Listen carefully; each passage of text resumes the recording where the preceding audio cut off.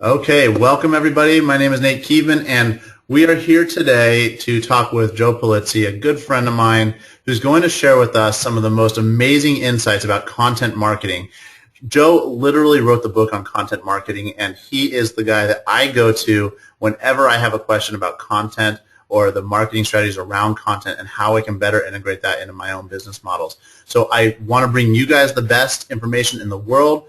I turn to nobody else but Joe. Joe is here to share with you guys some really amazing insights about content marketing and how you can use content in your business to better get new customers, to get more customers quickly, to create those inbound marketing funnels that you guys are all looking to create. So Joe, welcome. Thank you for joining us.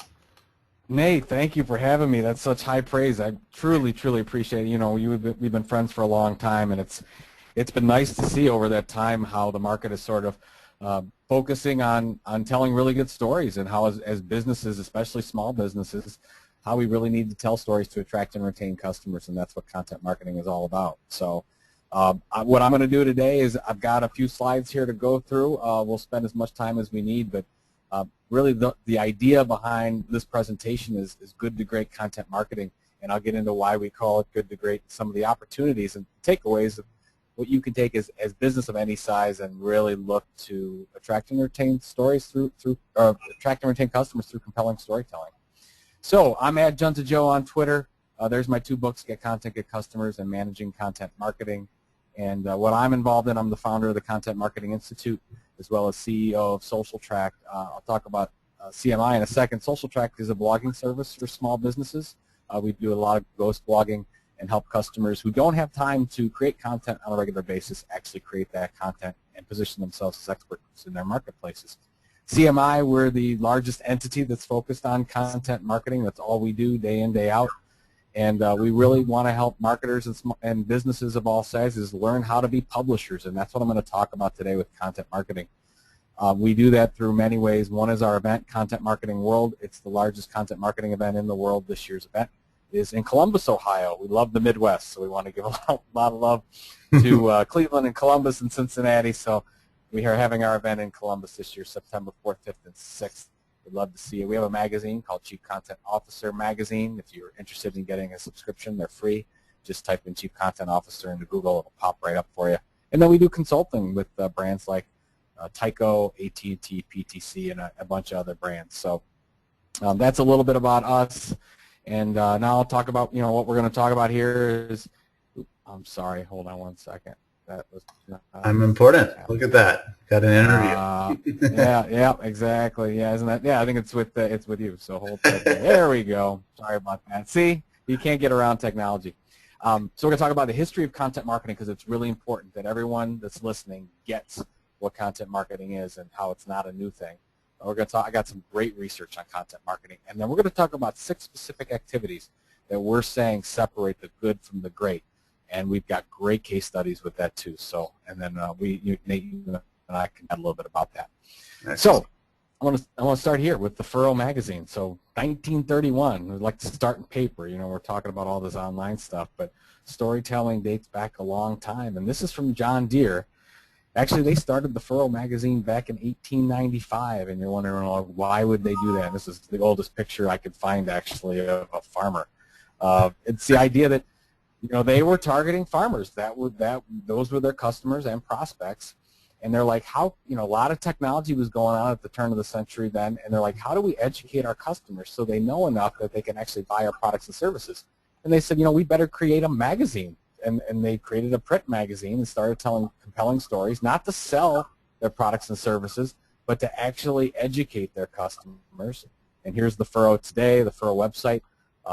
It's been going on, 40 different countries, 15 languages, 1.5 million in circulation, and there's the digital edition there too. So the whole point here is that content marketing is not new. It's been going on forever, and we're actually coming back and doing stuff that we used to do a long time ago. We sort of got distracted by all that mass media stuff years ago, and now we're coming back to really compelling storytelling. We're just doing it through different channels today. I also like this case study. This is on Jell-O. Most people don't realize this, Nate, but Jell-O got its start and really became the billion-dollar brand it is today by giving away free recipe book and going door to door and getting their word out that way. Most people don't really, like, how do you sell Jell-O? They actually sold it by educating their population, giving out really free, compelling recipes. And if you think about even how you're marketing today on social media, a lot of that is through valuable, compelling content. So really, we're coming back to the beginning. And Jell-O, the $1 billion brand, got its first $1 million in 1906, and it did that off the backs of a free recipe book, believe it or not. Wow. So, yeah, isn't that something? So basically, what happened is then we went into mass media, and all these barriers to entry to telling really good stories, to becoming publishers, were in our way. A lot of people wouldn't accept our content. They said, you had to be a trade magazine, you had to be credible, like a Wall Street Journal and New York Times. Well, that is gone. Today, people will accept your content in 3 seconds if it's designed and read well, and you look like you know what you're talking about, so you can build that trusting relationship. So we all have that opportunity. Talent, there is tons of journalistic talent out there. The future of journalism is actually not in traditional media, it's on the brand side.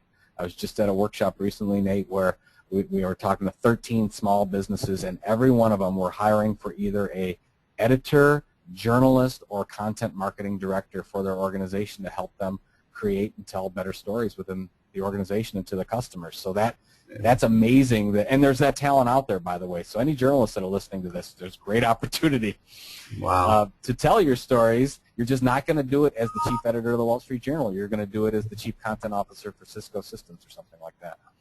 And then technology. There's, we know this. There's you, me, and the Signpost can all create a blog today. It costs us nothing. So that there's no technology barriers. So all these barriers to entry are gone. So we have these great opportunities. And my good friend Pam Didner over at Intel, she talks about this all the time. They cannot create compelling, they cannot get relationships with our customers and keep relationships without compelling content. So we've got to think of it that way. We've got to think of ourselves more as media companies, more as publishers, and more as educating our customers, or they're simply not going to come back to us. And they're definitely not going to connect with us on social media. So anybody listening to this trying to figure out social media starts with content strategy first, not social media. We'll get into how you can do some of that in a second. So that's content marketing. It's the idea that we are indeed all publishers today, and we have to think of ourselves as publishers because we want to position ourselves as the leading experts in our niche. And the only way to do that today, because the consumers are completely in control, they have a smartphone with them at all time, 30% of the population has iPad or some kind of device like that. They are going to get the information they need to solve their problems, and we want to be the deliverers of that kind of information. So you got to make sure you focus on delivering the information that's going to answer those questions. I think this is fun, Nate. I always do this exercise in presentations. I think it's cool when you think about the difference between a marketer, a small business, a medium-sized business, whatever, that's not a media company versus a media company. And actually, I always say there's only one thing, and most people don't believe this as we go through, but really, for brands, let's say you're a small business owner, the type of content you create and the channels you use is no different than a traditional media company from just one respect, and it's this. It's how the money comes in. That's the only difference, and it's really important to realize this because we have to realize as small businesses that we're competing with the media today. So let me give you an example of that. So if I'm let's say I'm Mashable or I'm NBC or The Economist or whatever, I create content and I get paid on that content mostly in two ways. One is I sell that content directly. That's called pay content. I sell a package of content and somebody buys that content. The second thing is somebody sponsors that content. So that would be an advertisement of some kind in the newspaper or magazine or a television commercial, right? That's how media companies make their money. Okay, how does a brand like an Intel or a Google or a Lubrizol make their money off of the content they create? Well, they make their money off of the fact that they attract more customers, attract and retain customers through the creation of that content. Everything else, Nate, is the same. Joe, I have a question about this because I think it's brilliant, and it's just like this is such a great visual right here. Are the media and publishers, I mean, I see a big difference is the publishing side on the right doesn't have a product or a service. They're just, a channel, whereas the marketing organizations, the companies on the left, have a service, a product of some sort that they're offering. So to create the same kind of views and eyeballs, they're getting they're creating the content to become the media to get the eyeballs, so they can basically become the exclusive sponsor or advertiser for their content. Do you see anything in media, in the media side, where there's more joint ventures so they can adopt product line on the back end through multiple channels that would be a good fit for them? No, it's a perfect question, very relevant. So what we're seeing here, it's so funny because the brand side, as you just mentioned, they're creating their own sponsored channels, right? They're creating their own media channels so they don't have to rent the media anymore. They can own those media channels. Well, what the media companies are doing, to your point, is they're creating their own products and services. If you look at, I'll give you a really good example. Cleveland used to be Cleveland-based Penton Media. I used to work for Penton. They're now headquartered in New York. They're a large independent business publisher. They do trade magazines. They have a whole agency division where they sell SEO products. They sell all kinds of other services and products. They're trying to look for different products that they can sell that aren't media related. And this is not just for Penton. This is for any type of media company. So what we're going to see more and more is the graying of the line between what actually is a media company and what is not. And I actually think that well, it's happening now, but more and more into the future, most consumers won't be able to tell the difference. Wow. So there you go. I mean, it's happening already. I mean, if you look at, look at the Wall Street Journal, look at the products that they're selling versus not. Look at Amazon.com. They've got media products and they've got products. They do private label of all kinds of different things that they sell. They have the channel that they sell, and they also create their own media channels. So it's really kind of scary out there because there's not a differentiation anymore. And I think that's an opportunity for people listening to this, and it's also a threat because you've got to realize that really good storytelling is going to capture the attention of your customers, and then you just got to figure out what at the end of the day you're going to sell. Wow. Do you think there's a threat there to like objectivity of true media? Well, you get that all the time. I was on a panel at South by Southwest last year where somebody actually called me the Antichrist, where they said, hey, all these marketers are now getting into the news business and whatever. And actually, it was right after the BP spill, the oil spill that happened. And they were saying, well, what if BP is, there's going to tell their own news and they're going to skew it. And I said, this is not about BP, talking about politics or something like that. This is, but BP could really talk about green initiatives and they could talk about things happening like that from their perspective. I don't think there's a problem with that. I think that, to your point, we need to give consumers more credit. I think we're smarter. I think we understand, and we're getting smarter about the media, and we're actually engaging in more media than ever before. I mean, Google's Zero Moment of Truth that came out recently, it'll tell you that before an average purchase is made, we look at 10 pieces of content versus 5 last year. Wow. And that's a lot. We look at 10 different pieces of content before we make a buying decision. And so that means that, if you want to be involved in that purchase decision, you better be part of that content, right? Absolutely. So, yeah, there's always that risk, but I think that that because of social media and because you have to be authentic today and fake gets called out right away online, there's too much risk for companies not to go tell the truth, go the straight and narrow, they'll get called out. They always get caught. That's awesome. Especially today. That's an awesome insight. Thanks, Joe. I'll let you go on. Appreciate it. Oh, yeah, this is good. So basically, that's what we're talking about. Storytelling is at the core of all this stuff. So as a small business, you want to get found in search, you want to get found in Google, you want to generate leads, and you want to create engagement, relationships, and sales through social media. The core of that happening is really good, compelling storytelling, and that's the core of what content marketing is. And I think if you want a really good look at a really good example, look at Content 2020. This is the blog post that I wrote on Coca-Cola's content marketing strategy. And it's actually worth your time. As any business owner, I think you need to look at this. There's 2 videos. They take 20 minutes long, and it goes through Coca-Cola's marketing strategy for the future, and it's all about brand storytelling and content marketing. They said that this is their entire strategy moving forward. So it just kind of shows you, Coca-Cola spends more on paid media than almost every company in the world, and they're saying that the future of media is in creating their own media, not in paying for the media. So it's just kind of a watershed moment for content marketing. So good stuff. So this is our research, Nate. The short link is up at the top. It's a free is not gated. It's completely free. So if anybody wants to get this research, just go to the bit.ly link and type it in and download the full report. But basically, we talked to 1,000 companies, small, medium, and large, and we said, how do you use content marketing? How are you creating and distributing your own content? We found out that 90% of all companies are doing some form of content marketing right now.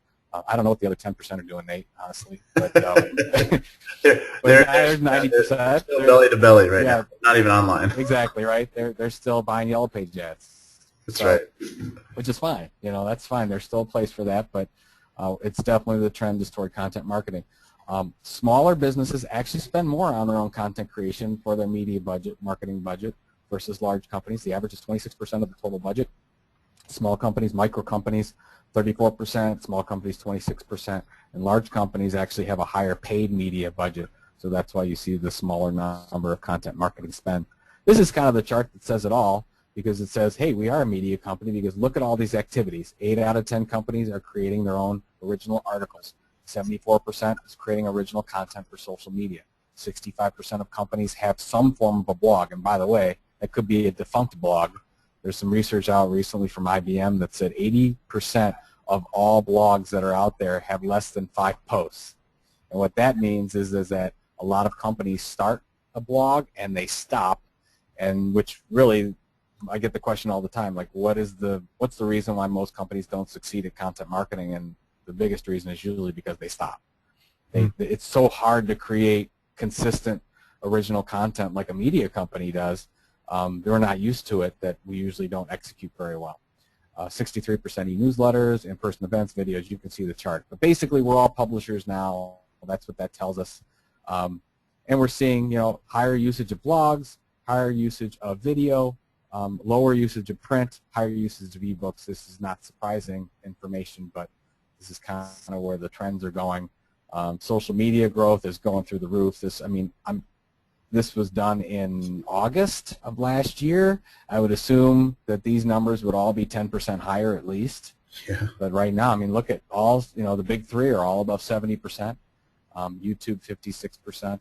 So a lot of stuff going on there. And then spending patterns. 60% of businesses are going to increase their spend in content creation and distribution. So there's big, this is great, right, Nate? This is an awesome opportunity for most businesses. It's wonderful. There's no problems. We can communicate directly with our customers, and our savior is content marketing. But unfortunately, I wish that was the case, and we're actually seeing a lot of companies struggle in this area, and really struggle. And the reason why is, and this is kind of the biggest. We asked these 1,000 companies. We said, what's your biggest challenge when it comes to content marketing? And they said, hey, bar none, 41% up from last year. It's tough to create consistent, engaging content. It is. Yep. And then producing enough of content to kind of feed the beast all the way through the content strategy. So I think that we're seeing a revolution, or an evolution, if you will, of the marketing department. It's starting to look and feel a lot more like publishing departments. You're seeing businesses of all sizes hire journalists and editors, and we're just seeing a change in what marketing's role is. And this is really good, but it's going to be a challenge. Somebody asked me yesterday, like, where are we at in the life cycle of content marketing? And I said, well, content marketing was a baseball game. We're just getting out of the dugout right now. So I said, you're not late to the I said, you're not late to the game. So no worries there. And this is also what we're seeing. There's a big confidence gap. When we talk to the marketers that took the survey, most of them are really struggling. They're believing it's not effective for them, whether you go social media and blogging and videos, and really it's 50-50. 50% of the people we talk to are seeing results, are successful, 50% aren't, and we kind of looked at what the characteristics were that separated the good from the great. So this is where it kind of gets fun, and I got about, I don't know how long you got, Nate, but I got probably like 15 minutes here where we can just go through those 6 characteristics. I got a lot of case studies here and show you some people that are doing it well, so anybody that's on the call here watching this presentation can kind of take away, and we can learn from some of this stuff and execute it into our own program. So awesome. Number one is this focused, non-sales educational content platform. So what the heck is that? So let me give you some examples of that. So this is, most people don't realize this. This is Procter & Gamble. HomemadeSimple.com is from Procter & Gamble. They have a lot of focus sites. This is their target site focused on moms that want to keep their house organized. And this is a content site. I mean, this could be, could be done by Martha Stewart, right? Could be done by Real Simple. I mean, it could be done by any media company, but it's done by Procter & Gamble. They have I think it's over 10 million people actually signed up to get regular updates from this site. Pretty powerful stuff, right? And it's been going on. This is not new. This is from 2003. Yep. So they've been doing this for almost a decade now, and that's what we're talking about with really brands becoming media companies. Well, Procter & Gamble does it with all their audiences. This is BeingGirl.com from Procter & Gamble as well. Not that I spend a lot of time on this site, Nate, but this is their target. Yeah, exactly. This is the site that targets adolescent women going through issues that adolescent women go through. But this is their content site for that group. And then this is for us, Nate. This is man of the house. This is for dudes and dads and those types of things. Yeah, exactly. This is for us. So if you think about your customer base and what you're targeting, you really target the buyer and their needs and the pain points and what keeps them up at night. And we're seeing the best of breed create these content platform sites that are really amazing, really engaging, and really positions the P&Gs of the world as the leading experts in building those trusting relationships on an ongoing basis. So if you're a small business and you're looking at, well, how do I do that? Don't go broad. You go really small. You go laser focused. Like, I mean, in P&G, and it's pretty laser focused. They've got dozens of these sites, all targeting different groups of people. So if you figure out who your customer is, what's keeping them up at night, what their pain points are, and you really target that super niche. So I'll give you an example about pets. Let's say that you have products or services and you sell pet supplies of some kind or whatever the case is, right? Well, are you really going to be the leading expert in the world in pets, in the pet industry? Well, I think people like Petco and PetSmart sort of have that covered, right? Where is the opportunity for you? You have to figure out what your niche is, and you want to go really laser focused so that you really build a relationship with those people that are your buyers. So think about it this way, right? Let's say that you create pet supplies for people that move around a lot with their pets or travel with their pets. So maybe that's your niche.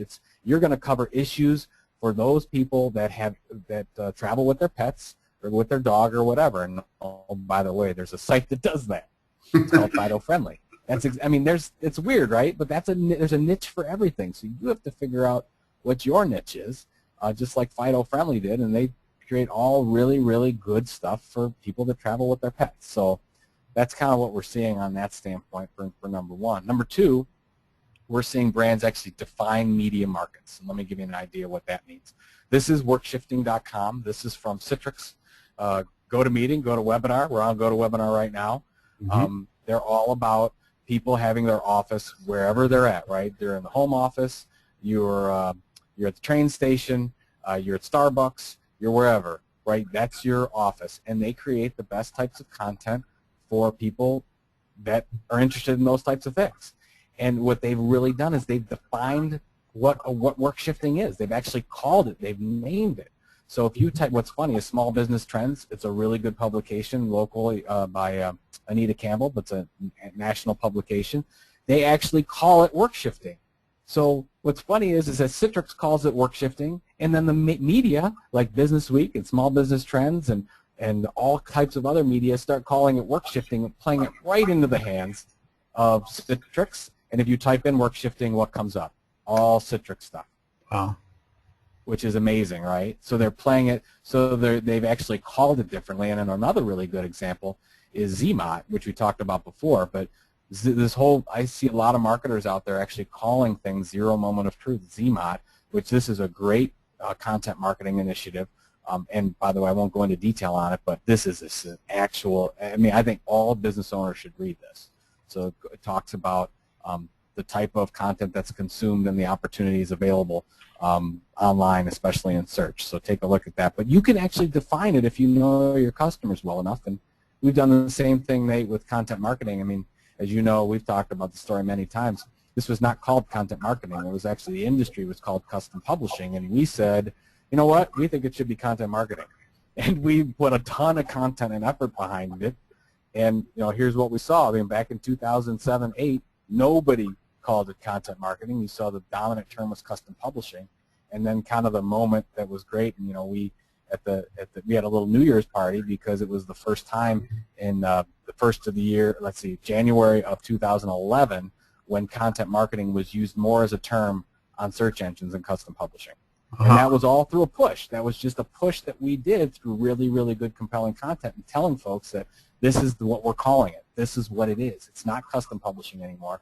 It's content marketing. And then here's another this is Google Trends, which is a great tool. Mm-hmm. And if you look at the difference now, just a year later, you can see the separation, right? It's unbelievable that it's just custom publishing is out and content marketing is up, and that's kind of the term for the industry. And I really do believe, Nate, that any company that puts enough content force behind it and you listen well enough to what's going on with your customers, I think anybody can do this. And by the way, if you can do this, you've created a competitive advantage that is so hard to tackle and overcome. That's awesome. So because now if anybody, like now we talk to anybody at SAP or Intel or IBM, they type in anything related to content marketing, we come up.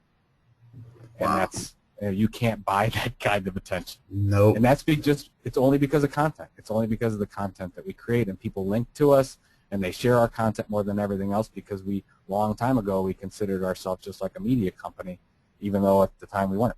So number 3, we're seeing changes for small businesses. You have to think about who's overseeing your story, who's your chief storyteller. This is for a bigger company. This is how we're getting them set up. A smaller company, you might have all these roles under 1 or 2 people, but you're seeing a chief content officer, like who's managing all this content for you. Then you've got a managing editor who is the day-to-day production person. You've got a content producer that sort of makes it pretty. You've got a chief listening officer, because in social media, once you send out a piece of content, you get reactions to that content. You need somebody in the office, somebody that you're hiring to make sure that you are listening to the reactions of that content, that you can then adjust your content if you need to, or see if there's any opportunities out there, business opportunities. And then you've got content creators. Those could be anybody. That could be all these people, none of these people. Could be your customers, could be partners, could be anything like that. But here's the issue that you're having, right? This is just make sure that your social media content folks, your PR content, your marketing content, your email content, mobile and search content, please make sure those people are talking to each other. Because in big companies, and I'll tell you, I just talked few months ago to one of the largest travel companies in the world, and their email department content people don't talk to their social media content people. Oh my gosh. I'm not kidding. And by the way, that is not the exception. That's the rule. That is. Yeah, they're siloed. Most large businesses are siloed departments. Incredibly siloed, which makes it a real big opportunity for somebody else. So what we want to make sure is that we don't do that in our own company. So if you look at some examples of who's doing this right, look at Eloqua, Joe Chernoff. They have a vice president of content marketing. He is the chief storyteller at Eloqua. Rob Yogo, a good friend of mine, used to be an editor of one of the Publishing Executive magazine, is now content marketing director at Monotate. So we're seeing these people actually, publishing people, come in and become the chief storytellers, which is a new role, Nate. This did never exist before. This is all new stuff. So that's awesome. We've got to start thinking about it. Good opportunity for people that are listening to this to be on the forefront of, of these trends, and whether it's by hiring those roles in your organization or filling those roles. This is a great opportunity for anybody listening. Well, what's great about it, especially for any small businesses listening to it, you can move faster and be more flexible than any big business. This is I love content marketing because it's the ultimate David versus Goliath strategy. Mm-hmm. There's no reason why little old Content Marketing Institute was able to dominate the industry of brand storytelling and content creation online. We only did it because we moved faster than the other folks. Small businesses can do that, but if you're in a big business like an IBM and SAP, nothing against them, but you've worked with them, I've worked with them, we've worked in them. It's so hard to get stuff done, and you've got 1,000 marketing people, and a small business can completely attack that by moving faster.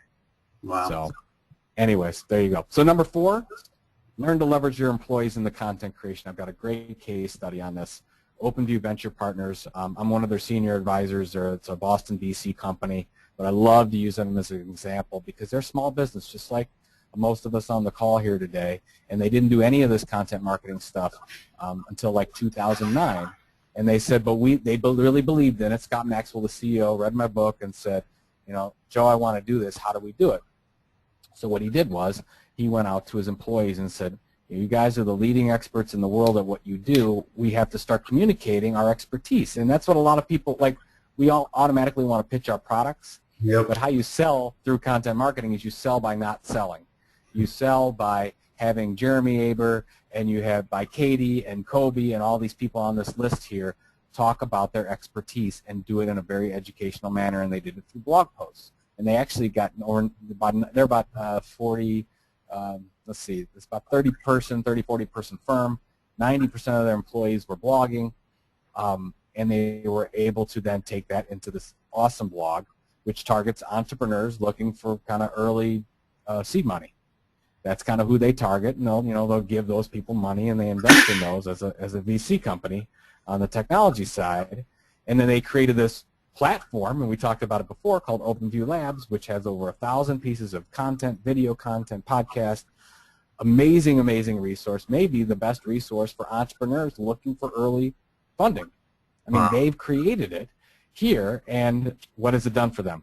They do 24 posts per week, which is unbelievable. But a lot of that's coming from their employees. 90% participation, an 850% increase in site visitors over the last 18 months. They've had 10,000 opt-in subscribers. And by the way, this is not, I mean, you and I, we've talked a lot before, Nate, about numbers. But to a B2B company, VC company, 10,000 is a huge number. Huge. I mean, that's amazing. That's a huge, huge number. And that's, I mean, that's really their pipeline. And they have a 25% open rate, which is fantastic for any newsletter. And they've been able to close business directly because of this content. And they have shorter sales cycles than they've ever before, because when people go to OpenView Labs or the blog, they engage in that content. And when they're ready to buy, they just let them know, hey, I love you guys. I know everything. You guys are the experts. I want to work with you. And that's what's happening. And that's what we want, right? I have so many stories the same way, Joe. Like with the LinkedIn blog that we do, when we focused in on that vertical, we'd tweak things. And I had a guy contact me and give us over a 5-figure deal. And he'd been following me for a year. He was ready to write a book. He wanted to do some things with us. And so he built a 10,000 person community with us and invested with us quite heavily from a couple of blog posts. I mean, really, that's what it came down to. Isn't it? It's amazing, huh? I mean, the same thing happened to us. Actually, quite recently, we ended up getting some consulting business with a Fortune 1000 company, and we were actually up against 2 of the largest agencies in the world on that content strategy deal, and we got the project. And we got the project simply because of this type of strategy. Yep. And it's because those big agencies aren't doing this kind of stuff yet. And before you jump on there, Joe, I think a big part of that is, in my business, I'm always focused on how do you create the best trust and credibility with your market. And storytelling really creates that intimate relationship on their time, on their terms, in their room or in their office or on their bed when they're, ready to take a look at it and when they're ready to consume it. And I really think that establishes a level of trust that is so authentic, is the word that you used earlier, and it really creates that relationship or the perceived relationship digitally that allows you to win a competitive deal where you're up against 2 of the largest agencies in the world, and you're doing it because you're living proof of what it is you're teaching, and I think it's absolutely brilliant. So thank you. Well, that's right. Isn't it awesome? Because they don't have to say, well, tell me about your expertise. They already know. They've already done it all, and that's why we're seeing the role of the salesperson has completely changed. Yep. You remember when a salesperson used to get involved early in the process and used to do the educating? It doesn't happen anymore, right? They're getting all that information on the web. So you might as well make sure that information comes from you. Wow. So the last 2 really, really quick examples of stuff we're seeing between good to great. One is removing the brand from the story, especially for social media. And let me give you an idea about what that, show you some examples. The idea is you can't slide in these sales pitches in this type of attraction, top of the funnel content, or you're going to lose people. It's not going to be shared. Just like people don't share on Twitter or Facebook a lot of gated content, like, oh yeah, you're going to send them to a subscription page. It's not going to happen for the most part. We want to really educate them, keep it credible, keep it trustworthy. And this is like PTC Creo had an amazing product launch, and they focused it really on content that had nothing to do with selling PTC, but it was all about the issues and all about the challenges that customers went through. Same thing, Adobe does the same thing at CMO.com. Rarely do they ever talk about Adobe products and services on that site. They're all about focusing on issues that are related to CMOs and what they need to know about. GE does it with Echo Imagination, same type of thing. And I love this site. This is a B2B example. Sherwin-Williams does it with Stern, all about color coordination and to people that actually make those recommendations. So they're really, really focused on education, and if you want your content to be shared, you've got to make sure that you sort of remove your brand from the story, and that's kind of what we're seeing a lot of these great content marketers doing. I'm going to skip over this for a second and go to number 6, just make sure we keep the time. This is number 6. This is maybe the most important one and the biggest opportunity for small businesses, is building a community on the backs of influencers and a content community, and really focusing on not on search traffic necessarily, but on referral traffic, people coming from other sites like Twitter, Facebook, LinkedIn, linking to you from their blogs, whatnot. Let me give you some examples of that. So American Express has done it with Open Forum. Every small business I think I talk to knows Open Forum, but they've outsourced a lot of this, but they actually get the best experts in small business in the world, and they have them create that content on their platform.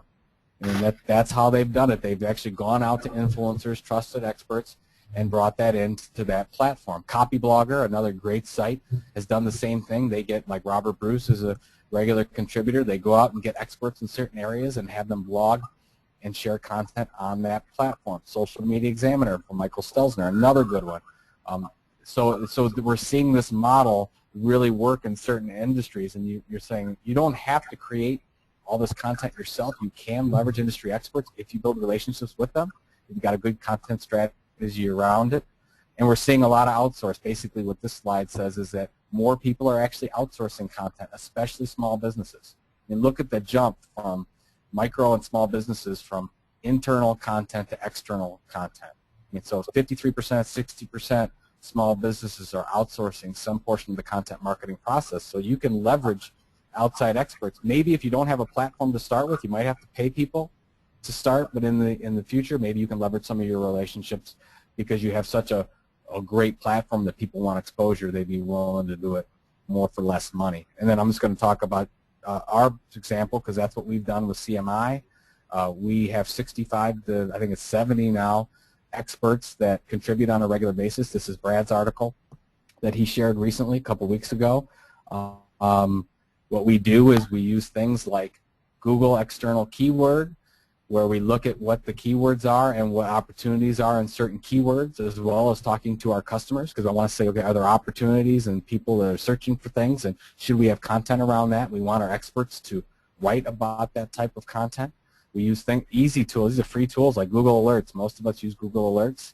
Get a Gmail account, but you can use Google Alerts to listen, to share then relevant content on your platform, listen for story ideas, build your influencer list, or figure out who you can talk to. I mean, you should have your influencer hit list, 10 to 15 people that you're on their site all the time, because that's where your customers are hanging out. We've done things like lists are great, right? I mean, we created a top 42 content marketing blogs list where we targeted these influencers. 26 of the 42 have our little badge on their site. They're linking to our site. I mean, you can't buy that type of promotion.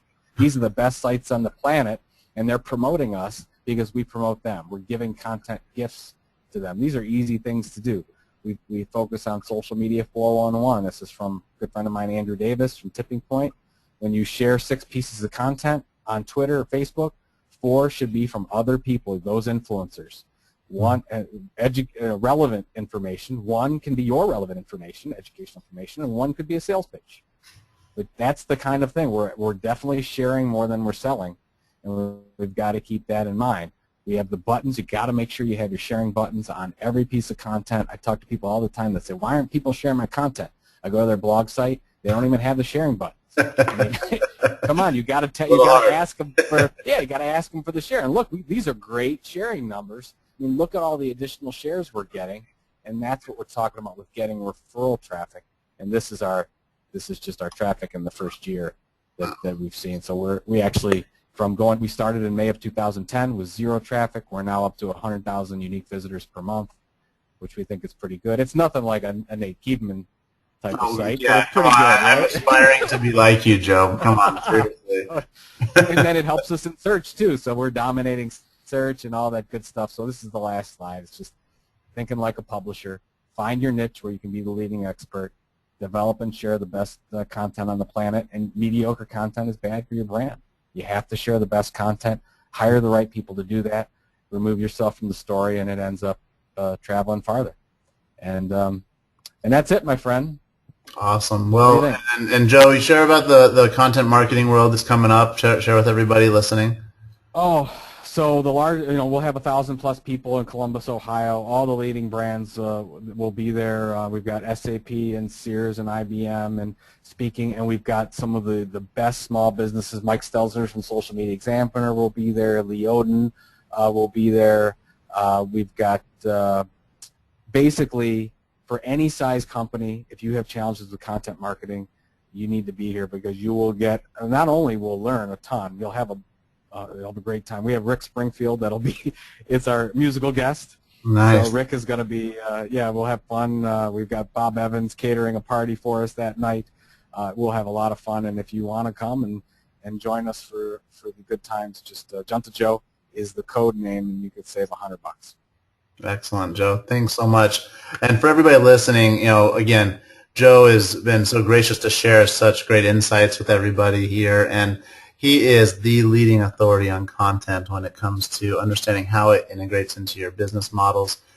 Joe, thank you so much for sharing your time, and we're so honored to have you share with us all of your great insights. And hopefully a lot of you guys took some great points away. You got a context of what content marketing is, the history of content, and how it's applicable to your business today. And I want you to take some of the things that Joe's been teaching you and put them to action. Go on to Joe's site, hire a new content person for your company if you haven't done so already, and get going into this field, because without good content, you're absolutely irrelevant online, and you got to be part of the consideration set. And Joe has his finger on the pulse of this. We couldn't bring you anybody better. Joe, we're so honored to have you. Thank you again. Nate, my friend, thanks so much for having me. Really appreciate it, and anytime. All right, awesome. Let's